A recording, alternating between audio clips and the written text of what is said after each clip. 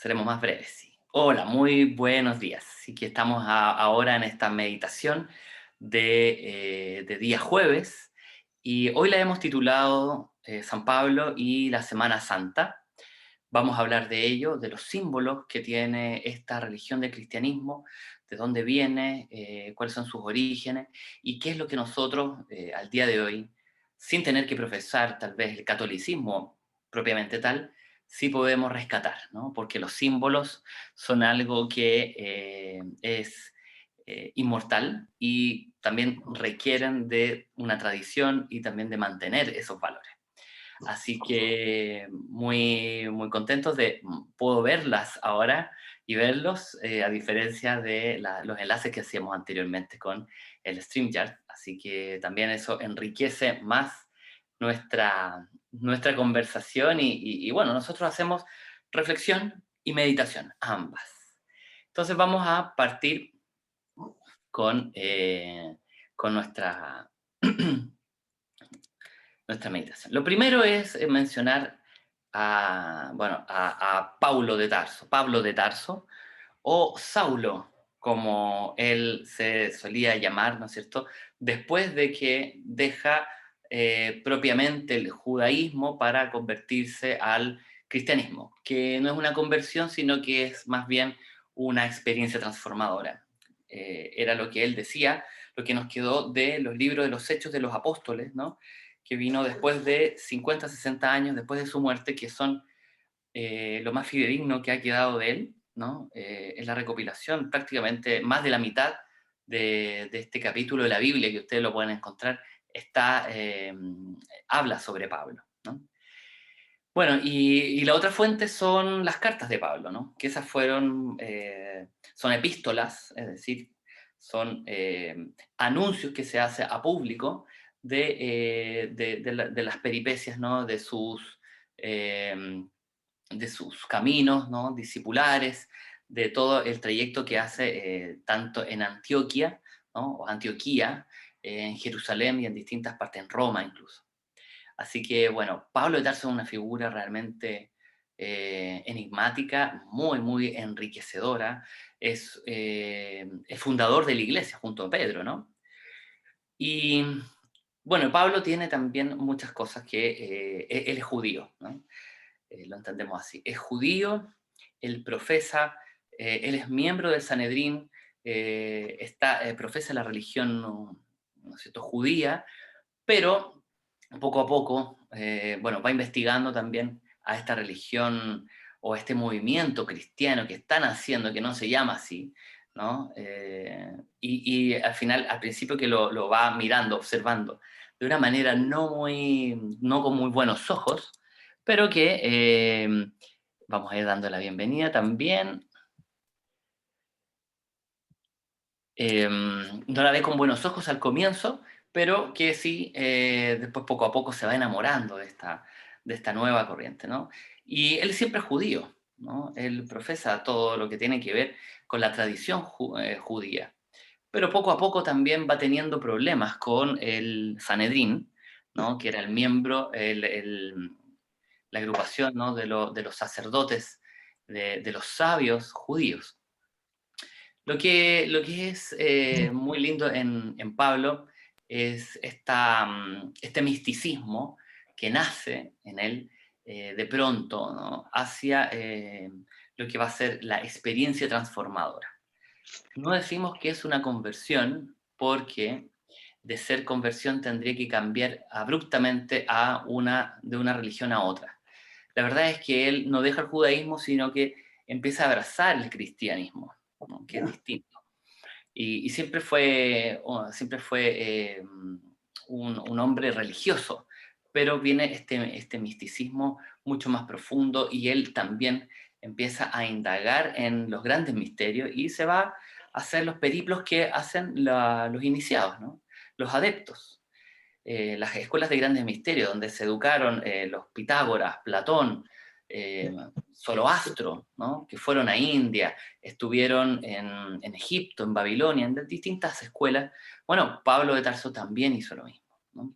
Lo mismo que habría hecho el Maestro Jesús, ¿no? Desde su vertiente de corte de los esenios, ¿no? Que era un grupo, ¿no? Los esenios era una corriente filosófica que abrazaba también mucho las doctrinas antiguas griegas. Empieza a ser como un poco una mezcla, pero Pablo de Tarso no es propiamente tal un esenio, sino que va a ser un gnóstico. Gnosis, conocimiento, ¿no? Y el nombre también es griego. ¿Qué nos va diciendo? Nos va diciendo de un Pablo que es cosmopolita, por sobre todo. En esas épocas, con tantos viajes, con tanto intercambio, bueno, estamos hablando también de un mundo más bien helénico, ¿no? Ellos hablan la lengua koiné, que era el griego, que es como una especie de inglés de estos tiempos, pero con matices que podrían hablarlo cualquier persona. Entonces era la lengua universal.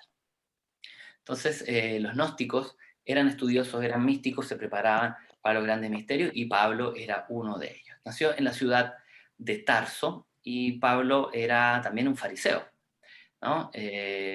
Cuando tuvo, hasta el momento de tener esta vocación especial, ¿no es cierto? Él es un judío de la diáspora, es decir, de los judíos que salieron, ¿no? Que hacían colonias fuera de la tierra de Israel, ¿no? En Palestina, toda esa zona. Entonces tienen este intercambio de cultura y tiene mucho corte griego también, ¿no? De eso se habla poco porque el catolicismo ha intentado borrar esa parte pagana, ¿no? Porque competía con ellos en feligreses, ¿no? En esa época, en los seguidores. Entonces, pero Pablo sí que se declara discípulo de Jesús, aunque no vivió en la época de Jesús, ¿no? Pablo, bastante posterior, estamos hablando de 60 años después de que Jesús ha muerto, ahí recién Pablo se da al nacimiento y bueno, profesa toda esta corriente. También Pablo va a tener va a tener distintos momentos, ¿no? Se habla de este Pablo fariseo que es cosmopolita, está en esta disyuntiva, ¿no es cierto?, entre que es judío, profesa algunas costumbres judías y empieza a dejar otras de lado para ir tomando más cristianismo, ¿no? Y abrazando una naciente religión que él con Pedro le darían el nombre de cristianos, ¿no? Los que siguen a Cristo. Después hay otra etapa marcada de Pablo que se hace ya discípulo, ¿no? Discípulo del Mesías, de Jesús, ¿no? Josuá, como ustedes quieran, el maestro, el profeta Jesús de Nazaret. Y esta etapa dura más o menos 7 años, cuando él deja Antioquia, ¿no? Para irse porque se pelea ya con el Sanedrín, tiene fuertes discusiones y se va hacia Jerusalén, eh, Roma, ¿no? Donde él quiere llegar a toda costa, ¿no? Porque sabe que Roma es el centro del mundo, en el que ellos vivían y donde también estaban los romanos. Entonces quería ser escuchado por los romanos, ¿no? Quería que también tener un espacio y la parte del Sanedrín judío bloqueaba esta intención. Entonces vamos a tener un Pablo, ¿no? Multifacético, va a estar en muchas partes involucrado y va a también, sobre todo, va a ser un gran líder, ¿no? Con todo este bagaje cultural, con el misticismo que tiene Pablo, también va a ser una persona que va a tener seguidores, ¿no? Y es ahí donde empieza su camino, ¿no es cierto?, de empezar a experimentar el goce de la palabra y también a compartirlo hacia otras personas. Vamos a revisar el chat, a ver si... Bueno, estoy acostumbrado a que normalmente se hacen comentarios, si ustedes quieren, sigan con la misma dinámica, ¿no? Van poniendo a mí, yo he leído algo de Pablo o de Semana Santa, me gusta esto, porque esto no es solamente un monólogo, me gustaría que también participáramos todos. Y después vamos a entrar ya antes de entrar a la meditación, que va a ser en torno a los símbolos de la Semana Santa. Bueno, en esta época se desenvolvía Pablo, ¿no? Tenía también a un discípulo, ¿no? Que era Bernabé, que era su fiel seguidor, ¿no? Bueno, tal como los seguidores, está dispuesto a dejarlo todo, ¿no?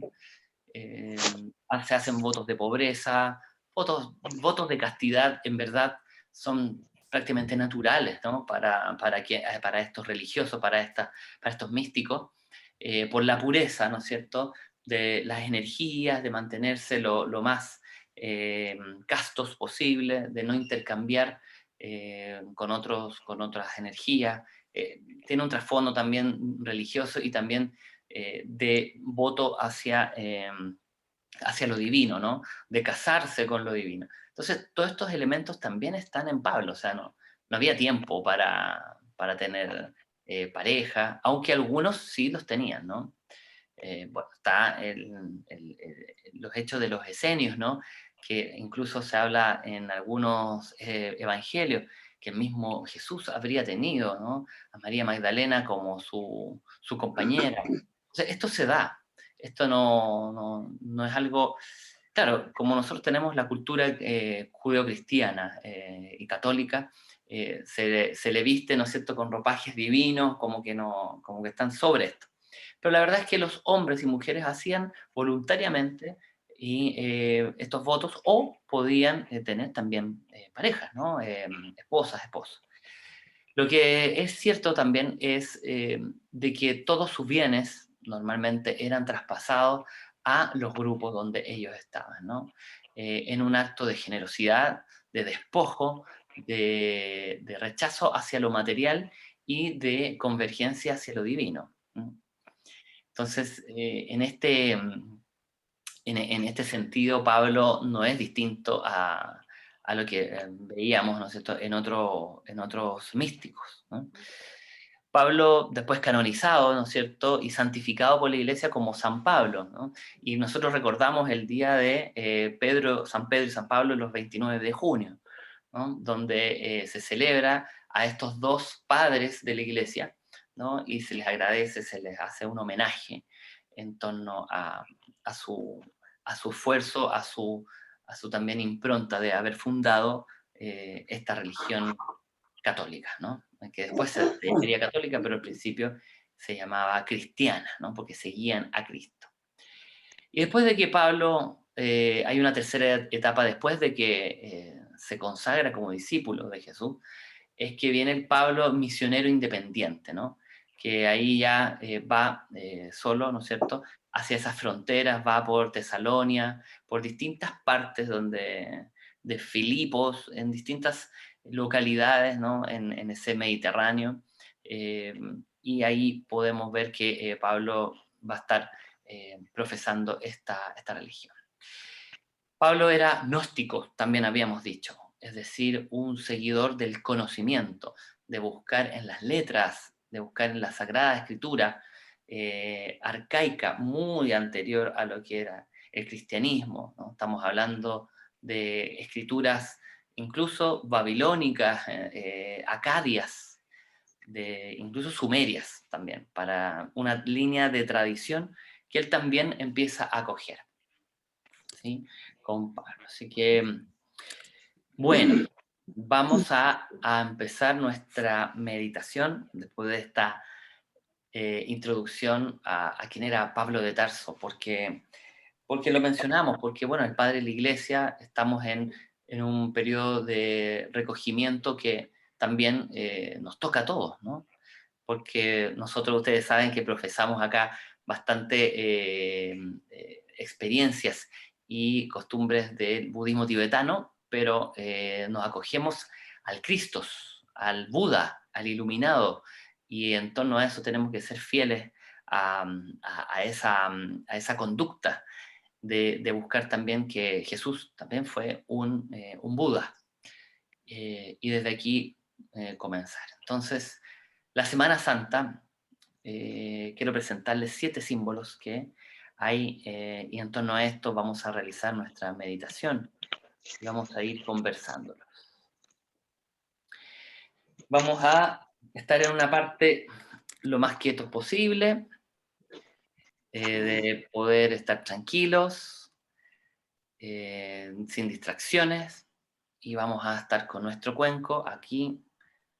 Voy a cerrar el chat un segundito.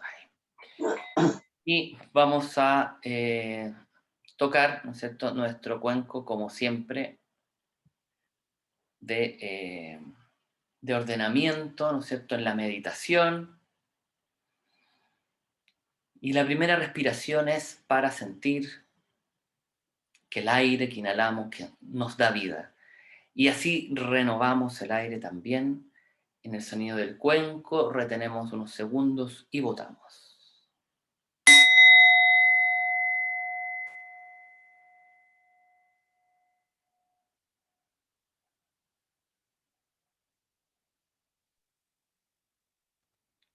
Respiramos nuevamente, inhalando la conciencia de nuestro cuerpo, de nuestra parte más prístina, nos ayuda como vehículo de conciencia, y respiramos también profundamente.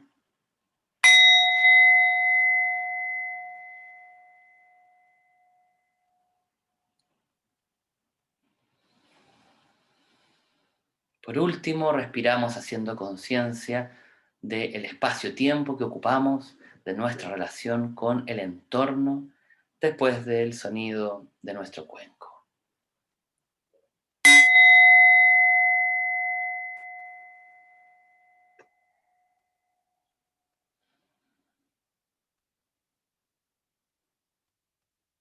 Muy bien. Vamos a comenzar entonces analizando los símbolos de la Semana Santa que nos inspiran. Partimos por las palmas y los ramos, ¿no? Este domingo fue Domingo de Ramos. El cristianismo lo celebra como la llegada del Mesías, como la llegada del Salvador, ¿no? En el burro, en el asno, que llega triunfante ahí a las ciudades, ¿no? Cuando entra a Nazaret.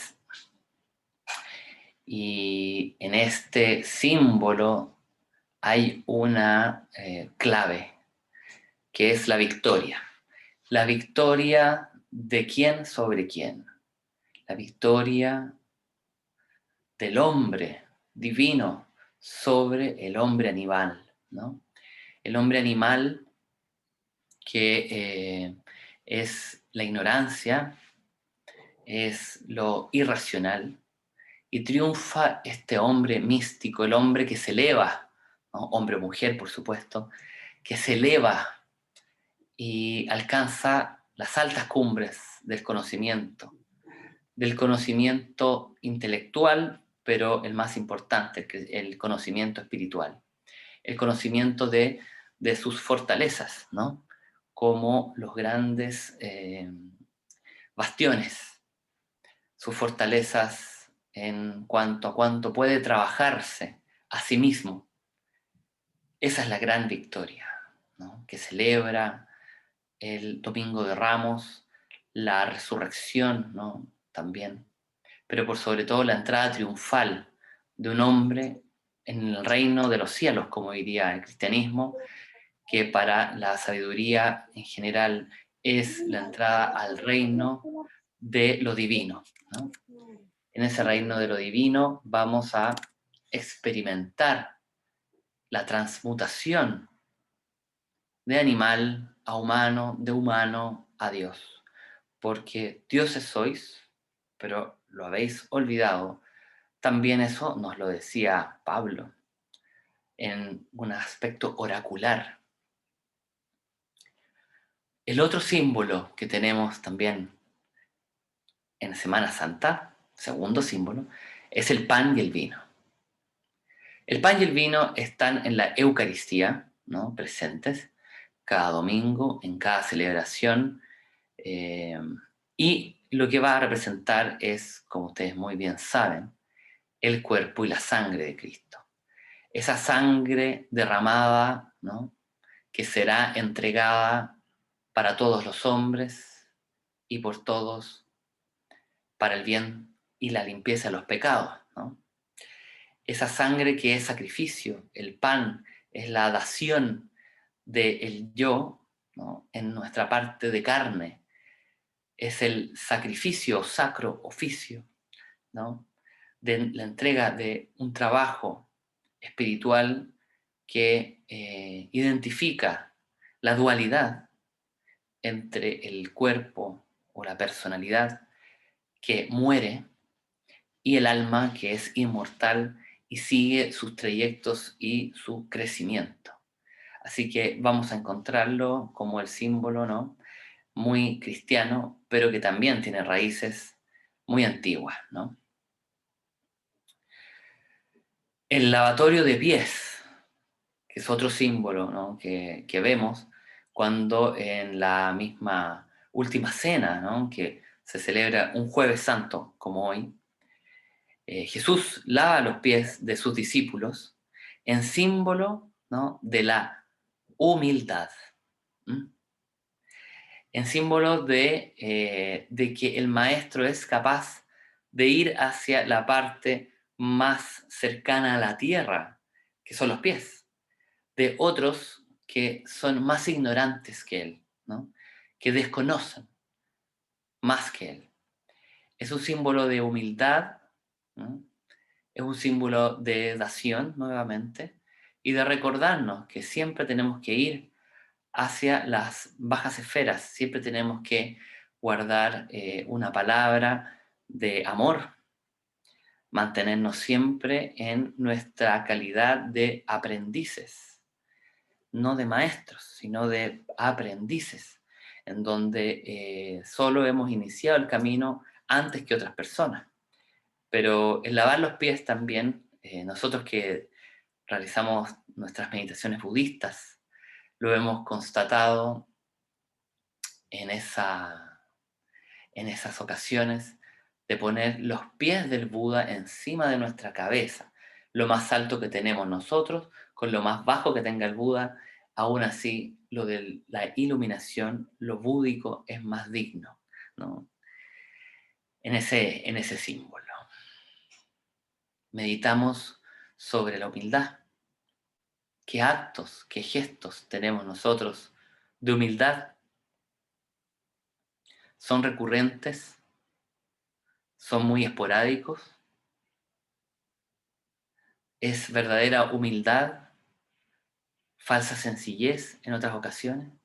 Tratemos de descubrir qué es realmente la humildad, si nuestro corazón está siempre abierto a aprender, a enseñar de manera genuina. Otro símbolo importante, quizás el más representativo, es la cruz. La cruz va a ser el sacrificio y pasión de Jesús. Sabemos que la cruz es también un símbolo muy antiguo, ¿no? Los mismos egipcios ya tenían la cruz de Ankh, que es la cruz de la vida, ¿no? Es la cruz que simboliza el horizonte, ¿no?, la puesta de sol, el ocaso, ¿no?, donde se esconde el sol, pero hay un ocultismo ahí, porque vuelve a aparecer cada mañana. La cruz era también un símbolo de donde se mataba a los corsarios, a los villanos, a los bárbaros, ¿no? El mismo Barrabás iba a ser crucificado. Y se limpia esa condición, esa imagen, con Jesús en la cruz. La cruz también es el símbolo del encuentro entre lo temporal, que es el travesaño horizontal, podríamos decir, ¿no?, y que es el hombre, es el tiempo, el que está sujeto al tiempo, y lo verticalizante que es la cruz, es el símbolo de la unificación entre la tierra y el cielo. Pensemos en cómo nosotros construimos nuestra propia cruz, pero no el símbolo de la cruz del dolor, del sufrimiento, sino nuestro símbolo renovado, en donde nosotros somos hombres, pero que aspiramos hacia lo divino, miramos hacia el travesaño vertical de la cruz. ¿Cuándo lo aplicamos? ¿Lo hacemos? ¿No lo hacemos? Pensemos unos segundos en cuáles son nuestros encuentros místicos, cuáles son nuestros encuentros con el espíritu y con nuestro yo interior.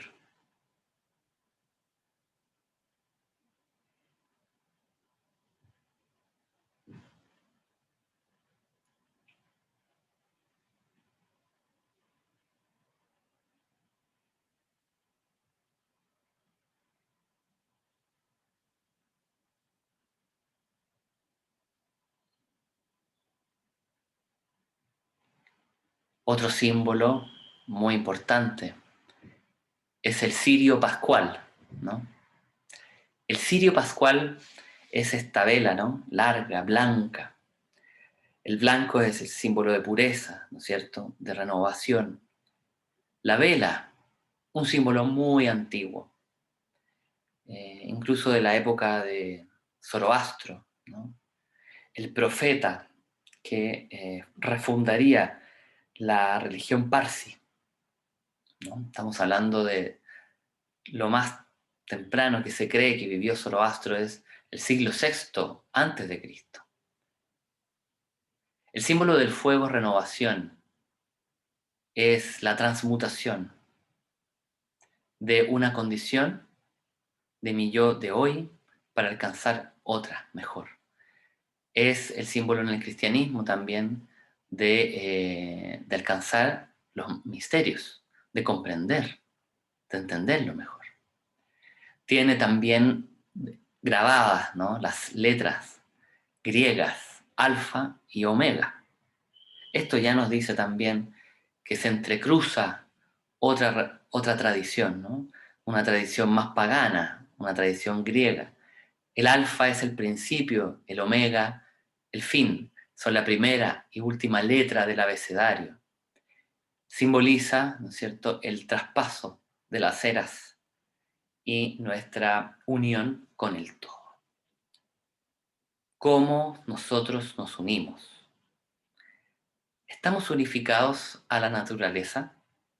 ¿De verdad? ¿Nos sentimos parte de los animales, de las plantas, de las estrellas, de los minerales? ¿Sentimos que somos de la misma familia? ¿Expresiones todas de lo divino? Pensemos un poco en eso.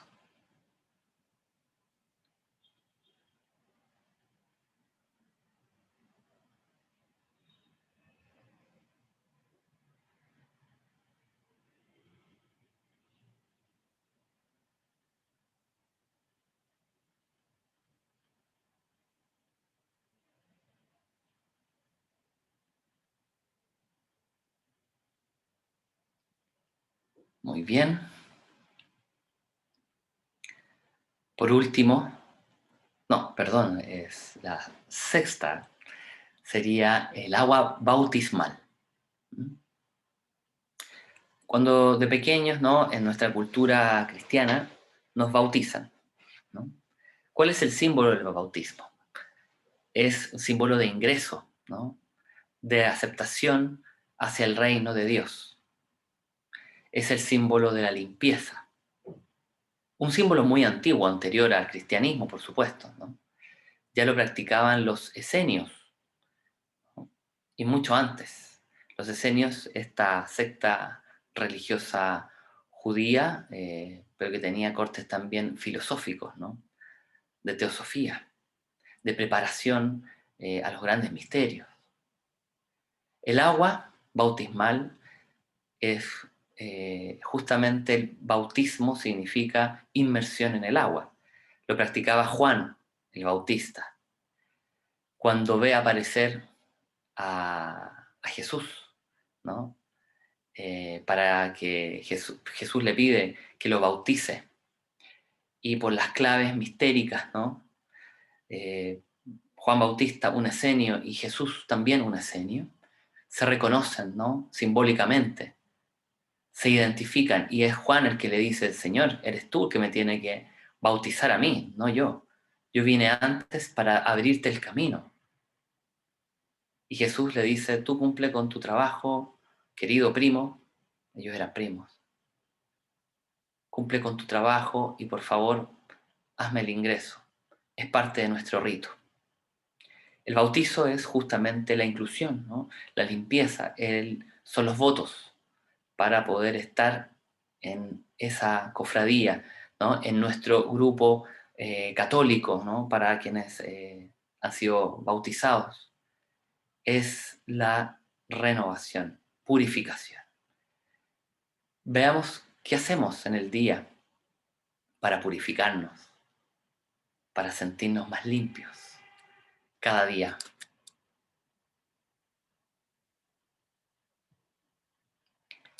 ¿Qué estamos haciendo para renovar nuestra espiritualidad, para renovar también nuestros votos o nuestra devoción hacia lo divino?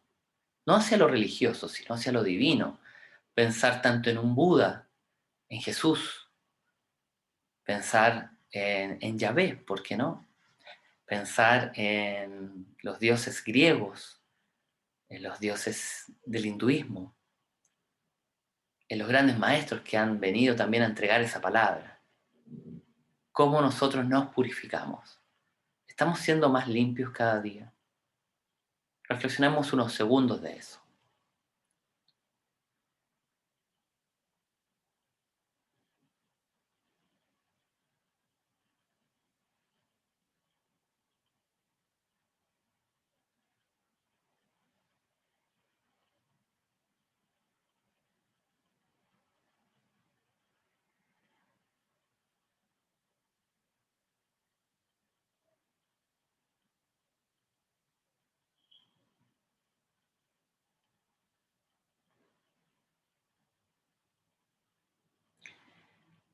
Por último, como no puede faltar el número mágico, ¿no? El número místico, que es el 7, vamos a ir con el séptimo símbolo, que bueno, que se lo vamos a dejar al conejo de Pascua. Y esto no es una broma, simplemente es acudir a una tradición precristiana incluso, de algunos pueblos por ahí, por el Medio Oriente, ¿no? Que hablaban sobre el conejo como un símbolo de la fertilidad. ¿Mm? ¿La fertilidad de qué? En el caso de Jesús, de Semana Santa. La fertilidad también como lo fértil que tiene que ser el campo para tener más discípulos, ¿no? Discípulos para el cristianismo, en la usanza que nosotros estamos hablando hoy, ¿no? Los huevos de Pascua son eso, son las semillas que deben germinar en cada uno de nosotros para ir profesando la palabra, ¿no? Somos tierra fértil, estamos intentando serlo cada día en nuestros actos, en nuestra palabra, en nuestra mente.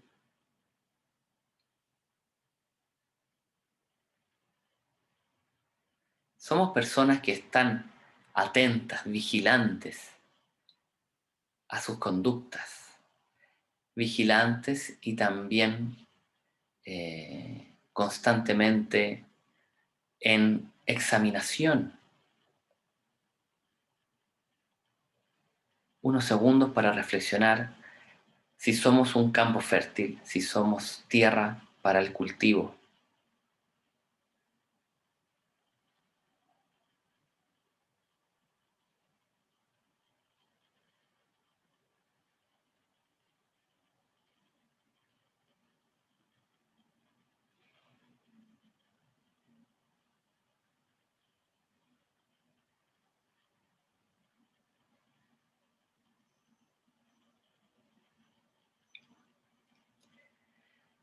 Muy bien. Vamos a tocar nuestro cuenco 3 veces en símbolo de cierre de esta meditación. Hay varios temas ahí que reflexionar por mientras cerramos.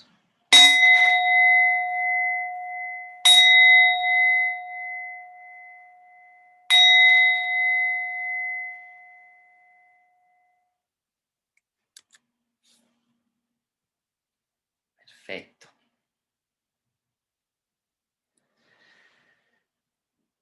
Retornamos poco a poco y quiero ceder la palabra. Si alguien quiere hablar, tenemos la oportunidad por Zoom para conversar.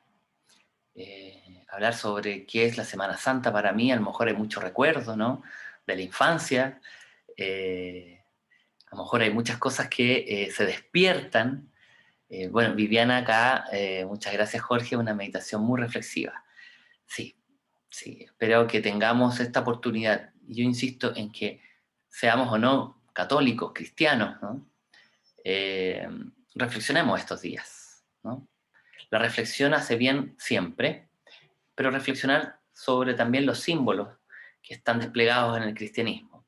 En el cristianismo también encontramos muchos aspectos que son tomados de otras religiones, de otras escuelas del misterio. Y era natural, ¿no? Así como en el budismo también se toman cosas del hinduismo, hay una tradición que se quiere mantener con ciertas innovaciones, por supuesto, porque el hombre siempre quiere poner algo de su cosecha, ¿no? Y es algo natural, pero vámonos a la fuente, ¿no? Eh, Así que nada, si quieren abrir micrófono, aprovechemos que podemos tener esta instancia y abrir entonces la posibilidad.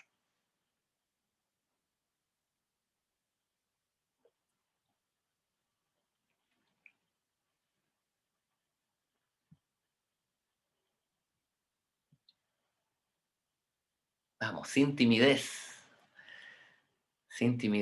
hablar desde el corazón, no hay juicio, y bueno, que la intención sea lo más importante, ¿no? De compartir alguna experiencia, algo que me Hola hace... Jorge, hola. Mira, Hola, ¿cómo estás? Oye, Angélica, mucho gusto. me encantó tu meditación. Yo no había estado en una meditación Ujú. budista así reflexiva. La verdad es que no, porque yo tengo la meditación más bien de corte hindú, en que uno entra con técnicas y entra en meditación y son periodos de silencio de media hora, de profundo silencio, en que uno está en un estado de contemplación y como que se va elevando, se va abriendo, etcétera. Pero eso me pareció muy interesante, me pareció, porque yo fui siguiendo esto. Yo para concentrarme muchas veces voy escribiendo, voy pequeñas notas y entonces me concentro y voy viendo. Entonces, realmente me gustó mucho. Fue una sorpresa, una meditación reflexiva muy buena y qué rico, porque la verdad es que había cosas que yo no sabía. Yo a mis hijos y a mis nietos, a todos les doy los regalitos de los huevitos de Pascua y el conejo y no tenía idea de lo que simbolizaban. Así que Sí, fantástico. Muchas gracias. La verdad es que me pareció interesante también el símbolo del bautismo.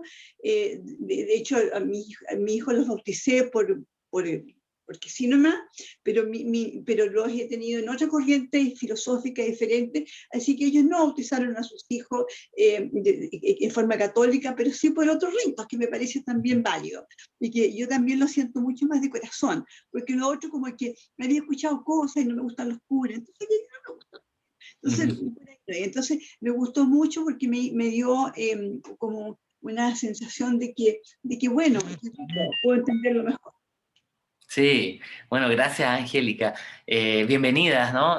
Ahora tenemos la oportunidad de conocernos. Todos los jueves hacemos estas meditaciones y qué rico tenerte acá por primera vez. Así que Muchas sí, gracias. Yo también medito a esta hora, generalmente empiezo a las 7 de la mañana hasta las 8:30, entonces no me metía porque yo ya había meditado, y después siempre claro. desayuno. Entonces, bueno, qué rico voy a poder venir. Sí, sí, queda cordialmente invitada. Siempre estamos haciéndolo a las 9, porque bueno, nosotros ahora, no sé qué amigos tenemos de México, pero también hemos querido ampliarlo. Yo sé que tenemos que hacer un poquito de esfuerzo en esta parte del Cono Sur, porque a las 9 muchas trabajan, ¿no? Pero es también para poder hacer nuestra sanga, que siempre hablamos, ¿no? Nuestra comunidad, e incluir a toda la gente, ojalá de habla hispana, porque tenemos normalmente muchas conexiones del DF, de Querétaro, ¿no? De varias partes de México. Así que, bueno, ahí tenemos también a Elvia, que siempre nos acompaña, siempre está ahí muy estoica también en su puesto. Así que, como ella, ¿no? Que viene desde el Uruguay y muchas lindas personas. Así que bienvenida y el próximo jueves también vamos a estar acá, vamos a estar aquí. Gracias, ya, Vamos a gracias. estar aquí. Eh, ¿Alguna otra reflexión, algo que quieran compartir? Ya como antes de cerrar, porque ya estamos en la hora.